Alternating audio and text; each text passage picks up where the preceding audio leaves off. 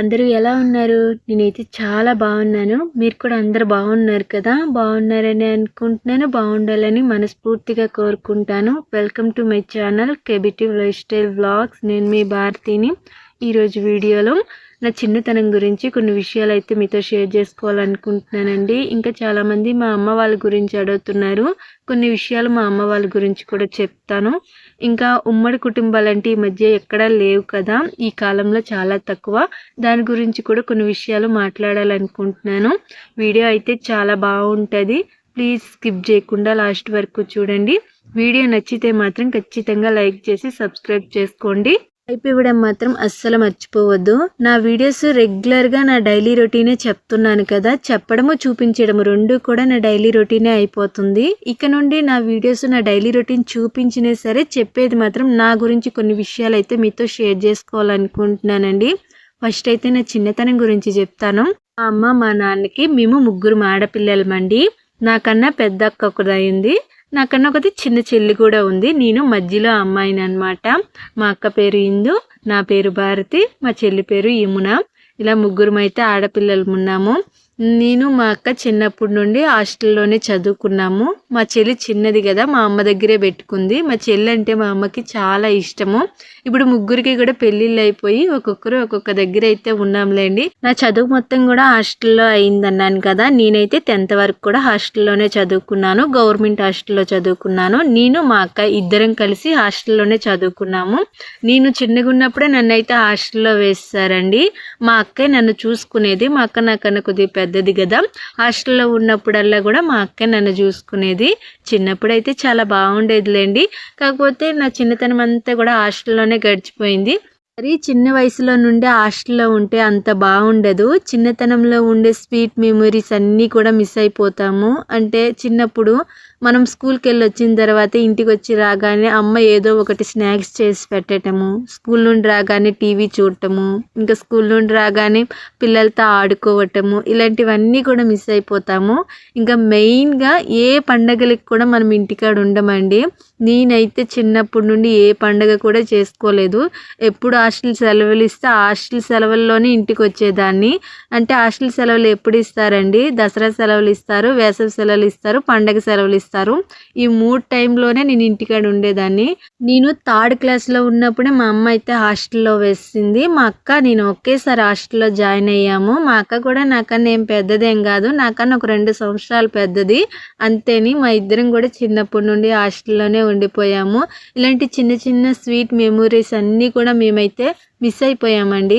హాస్టల్లో ఉండాలంటే కనీసం మన పనులు మనకి చేసుకోవడమైనా వచ్చి ఉండాలి. కాకపోతే నాకు నా పనులు చేసుకోవడం రాకముందే నేను హాస్టల్లోకి అయితే వెళ్ళిపోయాను.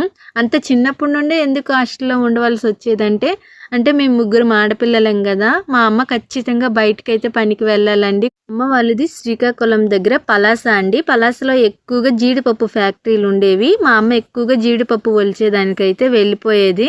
ఇంకా మేము చిన్నగా ఉండేవాళ్ళం కదా, అప్పుడు మా అమ్మకి చూసుకోవడానికి వీలయ్యేది కాదు. ఖచ్చితంగా బయటికి పనికి వెళ్ళాల్సి వచ్చేది. అందుకనేసి మమ్మల్ని అయితే హాస్టల్లో వేసేసింది చిన్నప్పుడేని. ఇంకా మాకు కూడా అప్పటి నుండి హాస్టల్లో ఉండడం అలాగ అలవాటు అయిపోయింది. అయితే మాకు చిన్నప్పుడు హాస్టల్ అంటే చాలా ఇష్టం ఉండేదండి. భలే సరదాగా ఉండేది. ఎందుకో హాస్టల్ అంటే భలే ఇష్టంగా ఉండేది. మా అమ్మ హాస్టల్లో వేస్తానని కానీ మేము కూడా సరదాగా వెళ్ళిపోయాము. కాకపోతే నాకు ఒక వయసు వచ్చిన తర్వాత అర్థమయ్యింది, హాస్టల్లో ఉంటే బయట ఉండే జీవితం అంతా మిస్ అయిపోతామనేసి. ఇంకా నాకు అప్పుడు తెలిసినప్పుడు కూడా సగం వరకు అయితే నా చదువు అక్కడే అయిపోయింది కాబట్టి ఇంకా 10th వరకు కూడా పూర్తిగా చదువు అంతా కూడా అక్కడే కంప్లీట్ చేసేసాము. ఇంక నేను హాస్టల్లో ఉన్నప్పుడు నా పక్కన మా అక్క ఉండేది కాబట్టి నా ప్రతి విషయం కూడా మా అక్క చూసుకునేది. అందువల్ల నాకు పెద్దగా ఇబ్బంది అనిపించేది కాదు. మా అక్కది నాకన్నా ఒక సంవత్సరం ముందే 10th క్లాస్ కంప్లీట్ అయిపోయి ఇంటికి అయితే వచ్చేసిందండి. నేను ఒక్క సంవత్సరం మాత్రమే నేను ఒక్కదాన్ని హాస్టల్లో ఉండవలసి వచ్చింది. అప్పుడు మాత్రం నేను కొద్దిగా ఇబ్బంది పడ్డాను. ఎందుకంటే మా అక్క నా దగ్గర లేదు కదా. నేను మా అమ్మ దగ్గర ఉండే కాడికి మా అక్క దగ్గరే ఎక్కువ టైం ఉన్నాను అనమాట. అంటే మా అమ్మలాగా మా అక్కే నన్ను ఎక్కువగా చూసుకుంది. మా అక్క ఇంటికొచ్చేసిన తర్వాత నేను బాగా ఏడ్చాను. కొద్దిగా ఇబ్బంది కూడా పడ్డాను. కానీ కొద్ది రోజుల తర్వాత అలవాటయిపోయింది. అంటే అప్పటికే నాకు హాస్టల్ జీవితం బాగా అలవాటుంది కాబట్టి కొద్ది రోజులకి మా అక్క లేదన్న విషయం కూడా నేను యాక్సెప్ట్ చేసేసాను ఆటోమేటిక్‌గా. ఇంక నా 10th అయిపోయిన తర్వాత ఇంటికైతే వచ్చేసానండి. ఇంటికొచ్చేసిన తర్వాత నేను ఒక 3, 4 సంవత్సరాలు అంతేని మా అమ్మ వాళ్ళ ఇంటికాడ ఉన్నాను. దాని తర్వాత పెళ్లి చేసేసి అత్తారింటికి పంపించేశారు. ఈ 3 సంవత్సరాల్లో నేను కూడా జీడిపప్పు ఫ్యాక్టరీకి అయితే వెళ్ళేదాన్నండి. జీడిపప్పు ఒలిచేదానికి. అక్కడ ప్రతి ఒక్కరు కూడా ఖాళీగా ఇంటికాడ ఆడపిల్లలని అయితే ఉంచరు. ఇంటికాడ ఆడపిల్ల ఉంది అంటే సరే జీడిపప్పు ఫ్యాక్టరీకి అయితే పంపించేస్తారు. మా అమ్మ వాళ్ళ ఊరు సైడ్ అనమాట. ఇంకా నేను కూడా ఇంటికాడ ఉన్నప్పుడు మా అమ్మ వాళ్ళకి కొద్దిగా సపోర్ట్ చేయాలనేసి నేను కూడా వెళ్ళి పనిచేసి వచ్చేదాన్ని. ఇప్పుడైతే మా అమ్మ, మా నాన్న గురించి చెప్తాను. చాలామంది మీ అమ్మ వాళ్ళ గురించి చెప్పండి అని అడుగుతున్నారు. చూపించమని కూడా కొంతమంది అడుగుతున్నారు. ఖచ్చితంగా మా అమ్మ వాళ్ళ ఇంటికి వెళ్ళినప్పుడు మీకైతే మా అమ్మ, మా నాన్నని చూపిస్తాను. వాళ్ళ లైఫ్ స్టైల్ ఎలా ఉంటుందో కూడా ఖచ్చితంగా చెప్తాను, చూపిస్తాను. ఇంక ఇప్పుడైతే వాళ్ళ గురించి కొన్ని విషయాలు అయితే చెప్తానండి. పెద్దగా విషయాలు అయితే ఏమి ఉండవు వాళ్ళ గురించి. ఎందుకంటే ఇప్పుడు ప్రస్తుతానికి వాళ్ళిద్దరే ఆ ఇంట్లో అయితే ఉన్నారు. 3 ఆడపిల్లలని కనేసి పెళ్ళిళ్ళు చేసేసి అత్తారింటికి అయితే పంపించేశారు. మా అమ్మ, మా నాన్నలు మమ్మల్ని పెళ్లి చేయడానికి కొద్దిగా ఎక్కువగానే కష్టపడ్డారండి. అంటే మా అమ్మ వాళ్ళకంటూ ఆస్తులు పెద్దగా ఏమీ లేవు. అంతా కూడా కష్టపడిన డబ్బులతోనే పెళ్ళిళ్ళంతా మిగతా ప్రాసెస్ అంతా కూడా చేయాల్సి వచ్చింది. అందుకని కొద్దిగా ఎక్కువగా అప్పులు కూడా అయ్యున్నారు. ఇప్పుడు ప్రస్తుతానికైతే అప్పులు తీర్చడానికి కష్టపడుతున్నారనమాట. మా అమ్మ జీడిపప్పు ఫ్యాక్టరీకి పనికి వెళ్తుంది.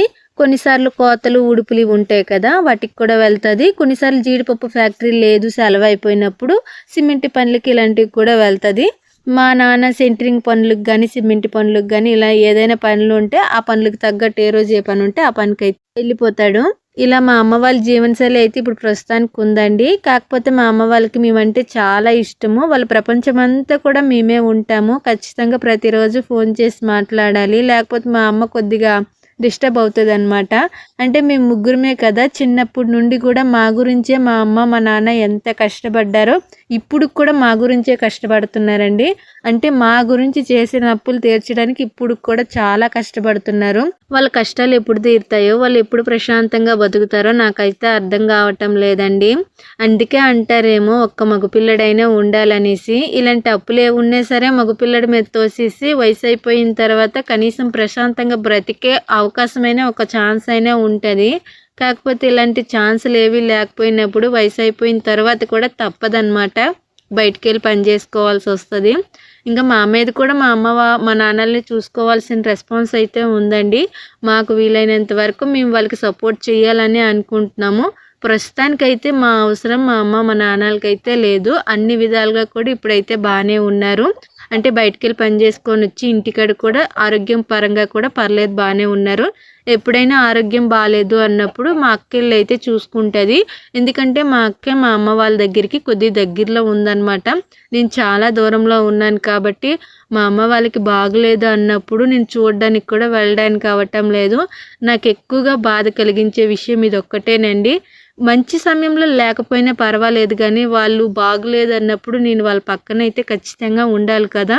ఎందుకంటే వాళ్ళు చిన్నప్పటి నుండి మమ్మల్ని ఎంత కష్టపడి పెంచారో, వాళ్ళు కష్టాల్లో ఉన్నారు అన్నప్పుడు మా సపోర్ట్ మేము ఎంతవరకు వీలైతే అంతవరకు ఇవ్వాలి. మా అమ్మ వాళ్ళని చూసుకోవడం నా మీద ఎంత రెస్పాన్స్ ఉందో, మా అమ్మ వాళ్ళని చూసుకునే రెస్పాన్స్ కూడా నా మీద అంతే ఉంది. నా మీదనే కాదు, మా 3 అక్క చెల్లెళ్ళ మీద అంతే ఉంది. వాళ్ళకి మా సపోర్ట్ అవసరము అన్నప్పుడు మేము ఖచ్చితంగా వెళ్ళి చూసుకుంటామండి. డబ్బులు అవసరం కూడా అయినప్పుడు మేము ఖచ్చితంగా ఇస్తాము. ఇప్పుడైతే నేను కొద్దిగా యూట్యూబ్ నుండి సంపాదిస్తున్నా కాబట్టి వాళ్ళకి అవసరమైనప్పుడు నేను ఎంతవరకు సాయం చేయగలను అంతవరకు అయితే ఖచ్చితంగా సపోర్ట్ చేస్తాను. ఇంకా మా అమ్మ వాళ్ళ గురించి అయితే అదనమాట. ఇంకా నాకు వీలైనంత వరకు, నాకు గుర్తున్నంత వరకు అయితే మొత్తం చెప్పేశాను. మీకు ఏమైనా డౌట్స్ ఉంటే కామెంట్లో అడగండి, నేను నెక్స్ట్ వీడియోలో చెప్పడానికి అయితే ట్రై చేస్తాను. ఇప్పుడైతే ఉమ్మడి కుటుంబాల గురించి అయితే మాట్లాడుకుందాము. ఈ కాలంలో అయితే ఉమ్మడి కుటుంబాలు ఎక్కడా లేవండి.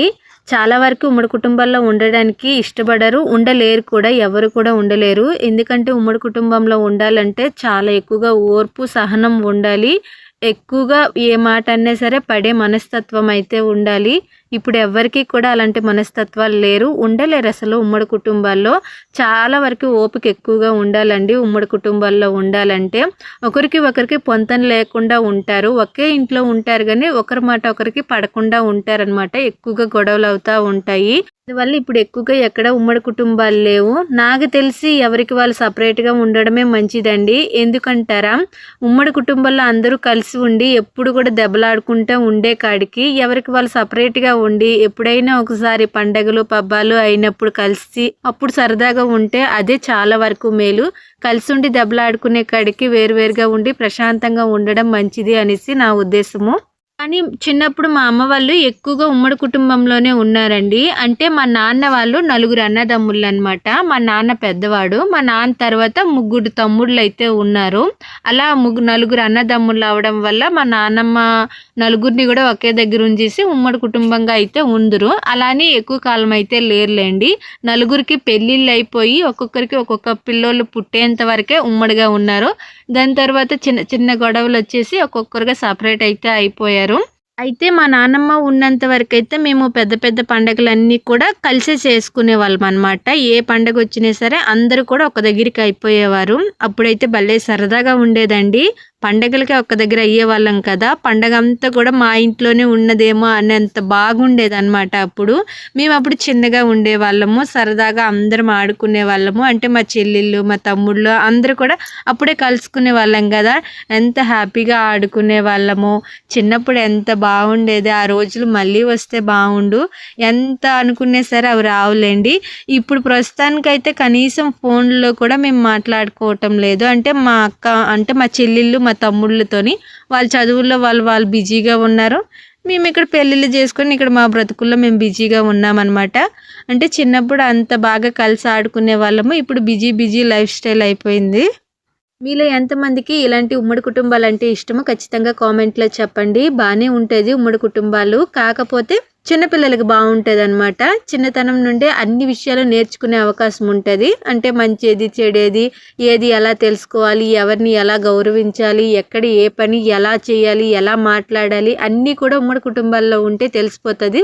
ఒక్కొక్కరు ఒక్కొక్కటి మనకి నేర్పించేస్తారు. కాకపోతే పెద్దవాళ్ళకి కొద్దిగా ఇబ్బందిగా ఉంటుంది. అంటే రెస్పాన్సిబిలిటీస్ ఉంటాయి కదా, వాళ్ళకి మాత్రం కొద్దిగా కష్టంగానే ఉంటుందండి. చిన్న చిన్న విషయాల్లో కూడా కొద్దిగా పెద్ద గొడవలు అయిపోతూ ఉంటాయి అన్నమాట.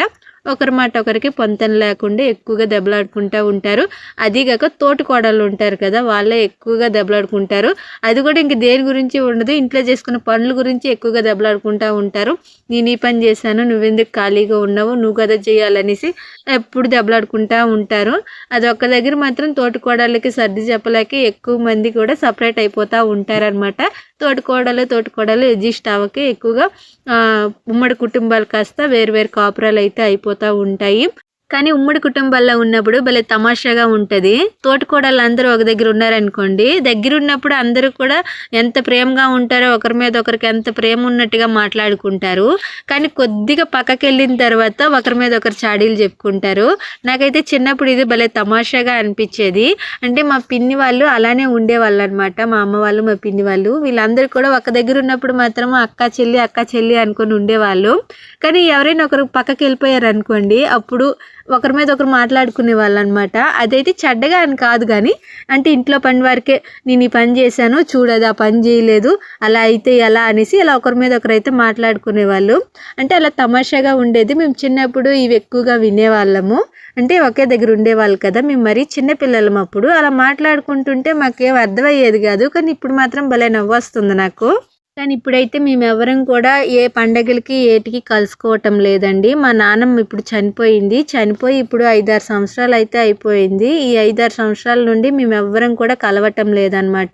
ఎప్పుడైనా అవసరం వచ్చినప్పుడు మాత్రమే కలుసుకుంటున్నాము. అంటే పెళ్ళిళ్ళు, ఏదైనా ఫంక్షన్లు ఉన్నప్పుడు మాత్రమే ఒకరింటికి ఒకరు వెళ్ళేసి కలుసుకుంటున్నాం అనమాట. పండగలు, పబ్బాలకి ఇలాంటి వాటికి వెళ్ళటం లేదు. ఈ పండగలకి కలుసుకునేటప్పుడే సరదాగా ఉంటుంది. పెళ్ళిళ్ళకి ఇలాంటి వాటికి కలుసుకునేటప్పుడు పెద్దగా మాట్లాడుకోవడానికి కూడా పెద్ద టైం ఉండదు. ఎందుకంటే ఎప్పటికీ రెడీ అవ్వడము, వచ్చిన వాళ్ళకి మర్యాదలు చేయడము, ఇలాంటి వాటికి టైం అంతా అయిపోతుంది. కనీసం మాట్లాడుకోవడానికి కూడా టైం ఉండదు. కానీ పండగలకి పబ్బాలకి కలుసుకుంటే సరదాగా మాట్లాడుకోవచ్చు, ఆడుకోవచ్చు, అన్ని రకాలు చేసుకోవచ్చు. కాకపోతే పండగలు పబ్బాలు కలుసుకోవాలంటే ఖచ్చితంగా మనకంటూ ఒకరు పెద్దవాళ్ళు అయితే ఉండాలండి. అలాంటి పెద్దవాళ్ళు లేకపోతే ఇలాంటి పండగలకి ఎవరు కలుసుకోరు. అంటే పెద్దవాళ్ళంటే నాన్నమ్మలు, తాతయ్యలు ఇలాంటి వాళ్ళు ఉంటేనే ఇలా అన్నదమ్ములు అందరూ కూడా ఒక దగ్గరికి అయ్యేసి పండగలు చేసుకుంటారు. నేనైతే ఆ రోజులన్నీ కూడా చాలా అంటే చాలా ఎక్కువగా మిస్ అవుతున్నాను. అలాంటి రోజులు మళ్ళీ వస్తే బాగుండు అనిపిస్తుంది. కానీ రావులేండి. ఇంకా మా ఆయనకైతే అన్నదమ్ములు ఎవరు లేరు. ఒక్కడేని ఒక చెల్లెలైతే ఉంది మా వదిన. మా వదినకి పెళ్ళి అయిపోయింది. 2 పిల్లలు కూడా ఉన్నారు. వాళ్ళైతే బాగున్నారండి. బాగా వెల్ సెటిల్ అదనమాట. కొంతమంది అడిగారు కదా మీకు ఆడపడుచులు ఎవరు లేరా అనేసి. నాకు ఒక ఆడపడుచు ఉందండి మా వదిన. కానీ తోటికోడలు అలాంటి వాళ్ళైతే లేరు. అంటే మరిదులు ఎవరు లేరు కాబట్టి తోటికోడలు కూడా ఎవరు లేరు. నేను ఒక్కదాన్నే ఇంటికి కోడల్ని. అందుకే మా అత్త మా మావయ్యల్ని మొత్తం కూడా నేనే బాధ్యతగా చూసుకోవాలంటున్నాను. ఇదనమాట. ఇంకా మా ఆయన డ్యూటీ నుండి వచ్చేటప్పుడు ఇంట్లోకి కావాల్సిన కొన్ని సరుకులు అయితే తీసుకొచ్చారండి. ఈ సరుకులన్నీ కూడా నేను ఎక్కడొక్కడ నీట్గా సర్దేసుకున్నాను. ఏ డబ్బాల్లో ఏవి వేసుకుంటానో ఏవి పక్కన పెట్టుకుంటానో అన్నీ కూడా నీట్గా సర్దుకున్నాను. ఇవన్నీ కూడా నాకు నెల రోజులు అయితే వచ్చేస్తాయండి. నాకు ఏవేవి అవసరమో అన్నీ కూడా రాసి పంపించాను. అవన్నీ కూడా తీసుకొచ్చారు. ఇప్పుడు ప్రస్తుతానికి తీసుకొచ్చిన సామాన్లన్నీ నెల రోజులకు వస్తాయి. ఇంకా కొన్ని సామాన్లు తీసుకొచ్చుకోవాల్సినవి ఉన్నాయి. అవైతే ప్రస్తుతానికి ఇంట్లో కొద్దిగా ఉన్నాయి. అస్సలు లేను మాత్రమే నేనైతే తెప్పించానమాట. అయితే సరుకుల రేట్లు చాలా ఎక్కువగా పెరిగిపోయి ఉన్నాయండి. సరుకుల రేట్లు ఇంత ఎక్కువ రేటు ఉండడం వల్ల అన్నీ ఒకసారి అయితే తెచ్చుకోలేకపోతున్నాము. కొద్దిగా తెచ్చుకోవాల్సి వస్తుంది. అన్నీ ఒకసారి తెచ్చుకోవాలంటే భారం ఎక్కువ అయిపోతుంది కదా. అప్పుడు రోజుల్లో అయితే కొద్ది డబ్బులకి ఎన్ని సామాన్లు వచ్చేటియో. కానీ ఇప్పుడు మాత్రం డబ్బులు ఎక్కువ సామాన్లు తక్కువ అయిపోతున్నాయి. ఏంటో ఈ రేట్లు ఇలా పెరిగిపోతున్నాయి. రేట్లు ఎంత ఎక్కువగా ఉండడం వల్ల మాలాంటి వాళ్ళకైతే ఖర్చులు ఎక్కువైపోతున్నాయి. మా ఆదాయం తక్కువైపోతుందన్నమాట. కష్టపడింది ఒక్క రూపాయి కూడా మిగలటం లేదు. తెచ్చిన డబ్బులు తెచ్చినట్టు ఇలాంటి సామాన్లకే ఖర్చు అయిపోతున్నాయి. కొద్దిగా ఇబ్బందిగా ఉంటుంది మాలాంటి వాళ్ళకైతే. ఇంక సాయంకాలం 4 గంటలకి ఇలా అయితే బట్టలు మడత పెట్టుకుంటున్నానండి. బట్టలు అయితే చాలా ఎక్కువగానే ఉన్నాయి మడత పెట్టుకోవాల్సినవి. మా అత్తవి, నావి, మా మావయ్యవి అయితే మేము తాళ్ళ మీద వేసేస్తాము రోజు కట్టుకునే బట్టలు. మా బాబు వరకు అయితే మడత పెట్టేసి పక్కన పెడతానమాట. వాడి వరకు అయితే ఇంకా తాడు మీద ఏం వేయను.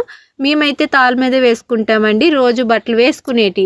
మామూలు ఎప్పుడైనా పండగలకి ఇలాంటివి కట్టుకునేటి కొత్త బట్టలన్నీ కూడా బీరువాలో కానీ బ్యాగ్లో కానీ పెట్టుకుంటామన్నమాట. మా బట్టలు అందరివి కూడా ఒకే దగ్గర ఉంటాయి. కాకపోతే ఎవరి వాళ్ళు సపరేట్గానే ఉంటాయి అన్నమాట. ఎవరి తాళ్ళు వాళ్ళకి సపరేట్గా కట్టేసి ఎవరి బట్టలు వాళ్ళు అయితే సపరేట్గా వేసుకుంటాము. అంటే చిన్న ఇల్లు కాబట్టి అన్నీ ఒక దగ్గరే సర్దుకోవాల్సి వస్తుంది కాబట్టి కొద్దిగా నీట్గా ఎవరి వాళ్ళు సపరేట్గా కొద్దిగా నీట్గా సర్దుకుని ఉంటానన్నమాట. ఇంకా సాయంకాలము కొన్ని గిన్నెలు అయితే ఉన్నాయండి. అవన్నీ తీసేసి అయితే కడిగేసుకుంటాను. ఈరోజు గిన్నెలు తోమింది చాలా వరకు అయితే డైలీ రొటీన్ మీకు చూపించలేదని అనుకుంటున్నాను. ప్రతిరోజు నా డైలీ రొటీనే అయిపోతుంది. చాలామందికి కొద్దిగా విసిగి తగులుతుందని అనుకుంటున్నాను. అందుకని నేను ఏం మాట్లాడాలి ఏం చేయాలనేసి నాకు అసలు అర్థం కావటం లేదు. చెప్పినవే చెప్పాల్సి వస్తుంది. చూపించాల్సినవే చూపించాల్సి వస్తుంది. కొద్దిగా మార్చుకోవడానికి అయితే ట్రై చేస్తాను. ఈ వీడియో అయితే ఇంతేనండి. Thank you. బాయ్.